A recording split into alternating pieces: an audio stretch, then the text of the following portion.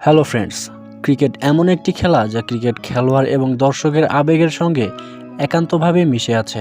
প্রিয় দলের জয় এবং পরাজয়ে আমাদের হাসি এবং কান্না, আনন্দ এবং মন খারাপ এখন স্বাভাবিক বিষয় হয়ে দাঁড়িয়েছে। আর আজকের এই ভিডিওতে আমরা দেখে নেব ক্রিকেট ইতিহাসে ঘটে যাওয়া সবচেয়ে কষ্টদায়ক 10টি সেরা মুহূর্ত, যে কষ্ট শুধু ক্রিকেট মাঠে দাপিয়ে বেড়ানো খেলোয়াড়দেরই কষ্টের কারণ হয়নি, সেই সাথে কাঁদিয়েছেন পুরো বিশ্বের কোটি কোটি ক্রিকেট ভক্তকেও। তো চলুন শুরু করা যাক আজকের ভিডিও। আজকের এই ভিডিওটি শুরু করার আগে আপনাদের কাছে ছোট্ট একটি অনুরোধ, আপনারা যারা এই চ্যানেলে নতুন তারা অবশ্যই চ্যানেলটিকে সাবস্ক্রাইব করতে একটুও কিপটামো করবেন না। এবি ডিভিলিয়ার্সের কান্না। এবি ডিভিলিয়ার্স এমন একজন খেলোয়াড় যিনি সাউথ আফ্রিকার হয়ে ক্রিকেট খেললেও পুরো বিশ্বের ক্রিকেটারদের জন্য ছিলেন রোল মডেল এবং ভক্তদের জন্য ছিলেন হৃদয়ের স্পন্দন। এবি ডিভিলিয়ার্সের খেলা যায় একবার দেখেছেন, তাকে বাধ্য হতে হয়েছেন তার ভক্ত হতে। 2015 সালের ওয়ানডে বিশ্বকাপে সাউথ আফ্রিকা বনাম নিউজিল্যান্ডের মধ্যকার সেমিফাইনাল ম্যাচটি ছিল এবি ডিভিলিয়ার্স এবং তার ভক্তদের জন্য সবচেয়ে বেশি কষ্টদায়ক ম্যাচ। সেই সময় শক্তিশালী সাউথ আফ্রিকার বিপক্ষে নড়বড়ে একাদশ নিয়ে মাঠে নেমেছিলেন নিউজিল্যান্ড। আর তাই তো ম্যাচ শুরুর আগেই ক্রিকেট বিশ্লেষকরা সাউথ আফ্রিকাকে শক্তিশালী দল হিসেবেই বিজয়ী ঘোষণা করে, কারণ সেই সময় হাশেম আমলা, ডিকক, ডুপ্লিসি এবং এবি ডিভিলিয়ার্সের দুর্দান্ত ক্যাপ্টেন্সি, আর সেই সাথে ছিলেন ডেল স্টেনের মতো অসাধারণ অভিজ্ঞ বোলার। এমন অসম্ভব শক্তিশালী দল নিয়েও নিউজিল্যান্ডের বিপক্ষে হেরে যাওয়ার কোনো কারণই খুঁজে পাননি কেউই। তবে এই দিনটি ছিল সাউথ আফ্রিকার জন্য অনেক কষ্টদায়ক একটি দিন।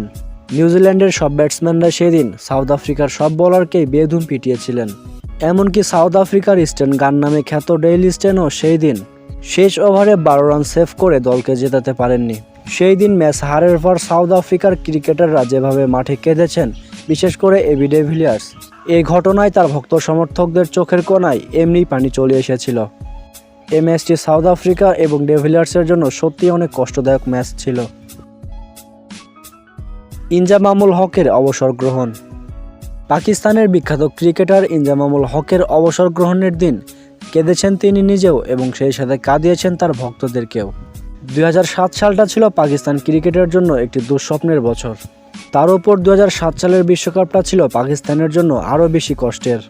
সেই বিশ্বকাপে পাকিস্তানের কোচ ববুল মার্ককে তার হোটেল কক্ষে মৃত অবস্থায় পাওয়া যায়। আর এই সময় পাকিস্তানের ক্যাপ্টেন ইনজামামুল হক পুরোপুরি ভেঙে পড়েছিলেন। আর এরপরে তিনি অবসরের সিদ্ধান্ত নেন। আর তিনি তার শেষ ম্যাচটিও খেলেছিলেন 2007 সালের ওয়ানডে বিশ্বকাপের জিম্বাবুয়ের বিপক্ষে। আর সেই ম্যাচে তিনি আউট হওয়ার পর প্যাভিলিয়নে ফেরার সময় তার ক্রিকেট ছাড়ার কষ্ট চোখে মুখে স্পষ্টভাবে বোঝা যাচ্ছিল। তার চোখে পানি ঝরেছিল অঝর, আর সেই সাথে তিনি কাঁদিয়েছেন তার ফ্যানদেরও। এশিয়া কাপ 2012 বাংলাদেশের স্বপ্নভঙ্গ। 2012 সালের এশিয়া কাপে বাংলাদেশ দল ছিল একটি অবিশ্বাস্য দলের মতো। দলে থাকা প্রতিটি ক্রিকেটার তার নিজ নিজ জায়গা থেকে দিয়েছেন সেরা পারফরমেন্স। আর তাই তো শ্রীলঙ্কা এবং ভারতের মতো শক্তিশালী দলকে হারিয়ে ফাইনালে গিয়ে এশিয়া কাপ জয়ের স্বপ্ন বিভোর হয়ে যায় বাংলাদেশ দল। ফাইনাল ম্যাচে বাংলাদেশের প্রতিপক্ষ ছিল পাকিস্তান। প্রথমে ব্যাট করতে নেমে পাকিস্তানের সংগ্রহ দাঁড়ায় 9 উইকেটে 236 রান। 237 রান তাড়া করতে নেমে তামিম ইকবাল এবং নাজিমউদ্দিন দুর্দান্ত শুরু করেন। তামিম ইকবালের শট এবং সাকিব আল হাসানের 68 রানের ঝকঝকে ইনিংসে বাংলাদেশের জয়ের স্বপ্নটা প্রায় নিশ্চিত হয়ে গিয়েছিল। শেষ ওভারে গিয়ে মাত্র 2 রানে হেরে যায় বাংলাদেশ। আর এটি ছিল বাংলাদেশ ক্রিকেট ইতিহাসের সবচেয়ে কষ্টদায়ক একটি ম্যাচ। সেই দিন মাঠে শুধু বাংলাদেশ ক্রিকেটাররাই কাঁদেনি, কেঁদেছিল বাংলাদেশের 16 কোটি মানুষ। দর্শক, সেই ম্যাচে আমি নিজেও কেঁদেছিলাম। ইন্ডিয়ার ক্রিকেট টিমের কান্না। ফ্রেন্ডস, 2019 বিশ্বকাপে বিগত কয়েক বছরের চেয়ে শক্তিশালী দল ছিল ইন্ডিয়া। আর বিশ্বকাপ জয়ের দৌড়ে সবার চেয়ে এগিয়ে ছিল ইন্ডিয়া, কারণ টানা 7টি ম্যাচে জয়ের দেখা পেয়েছিলেন ভারত। আর সেমিফাইনালে গিয়ে নিউজিল্যান্ডের মুখোমুখি হয় ভারত। 9 জুলাই শুরু হওয়া এই সেমিফাইনালটি বৃষ্টির কারণে 2 দিন ধরে চলেছিল। প্রথম দিন ব্যাট করতে নেমে নিউজিল্যান্ড 46 ওভারে 211 রান করেছিল। আর দ্বিতীয় দিনে বাকি ওভার শেষ করে নিউজিল্যান্ডের সংগ্রহ দাঁড়ায় 8 উইকেটে 239 রান। সেই সময় এই রান ইন্ডিয়া টিমের জন্য একেবারে সহজ ছিল। রোহিত শর্মা, বিরাট কোহলি, MS ধোনির মতো বিশ্ববিখ্যাত ব্যাটসম্যান থাকতে এই রানের জন্য কেউ টেনশনই করেনি। সবাই ধরেই নিয়েছিল এই ম্যাচ নিশ্চিতভাবে জিতবে ইন্ডিয়া। কিন্তু অনেক নাটকীয়তার মধ্য দিয়ে 18 রানে হারতে হয় ইন্ডিয়াকে। এই ম্যাচটি ছিল MS ধোনির খেলা শেষ ওয়ানডে ম্যাচ। সেমিফাইনালে হেরে যাওয়ার পর MS ধোনি, রোহিত শর্মা, বিরাট কোহলি সহ সবাই কেঁদেছিল। সেই সাথে কেঁদেছিল মাঠে এবং টিভি স্ক্রিনের সামনে থাকা কোটি কোটি ইন্ডিয়ান ক্রিকেট প্রেমীরা। 2019 সালের বিশ্বকাপে নিউজিল্যান্ডের কান্না। ফ্রেন্ডস, ইংল্যান্ড টিমের বিশ্বকাপ জয়ের স্বপ্ন অবশেষে 44 বছর পর পূরণ হয়েছে 2019 সালের বিশ্বকাপের মধ্য দিয়ে। 2019 সালের ফাইনালে সুপার ওভারের নাটকীয়তার মধ্য দিয়ে অবশেষে 44 বছর পর শিরোপা জিতেছেন ইংল্যান্ড ক্রিকেট টিম।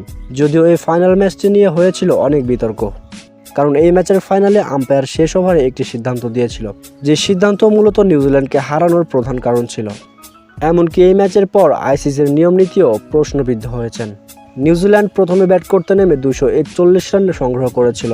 242 রানের টার্গেটে ব্রেন্ডন স্টোকসের অপরাজিত 84 এবং জস বাটলারের 59 রানের উপর ভর করে 241 রান করে ম্যাচটি ড্র হয়ে যায়, যার কারণে ম্যাচটি সুপার ওভার পর্যন্ত গড়ায়। সুপার ওভারে গিয়ে ইংল্যান্ড 15 রান করে, কিন্তু মজার বিষয় হলো নিউজিল্যান্ড টিমও 15 রান করে, কিন্তু পুরো ম্যাচ জুড়ে বেশি বাউন্ডারি মারায় ইংল্যান্ড টিমকে বিজয়ী ঘোষণা করা হয়।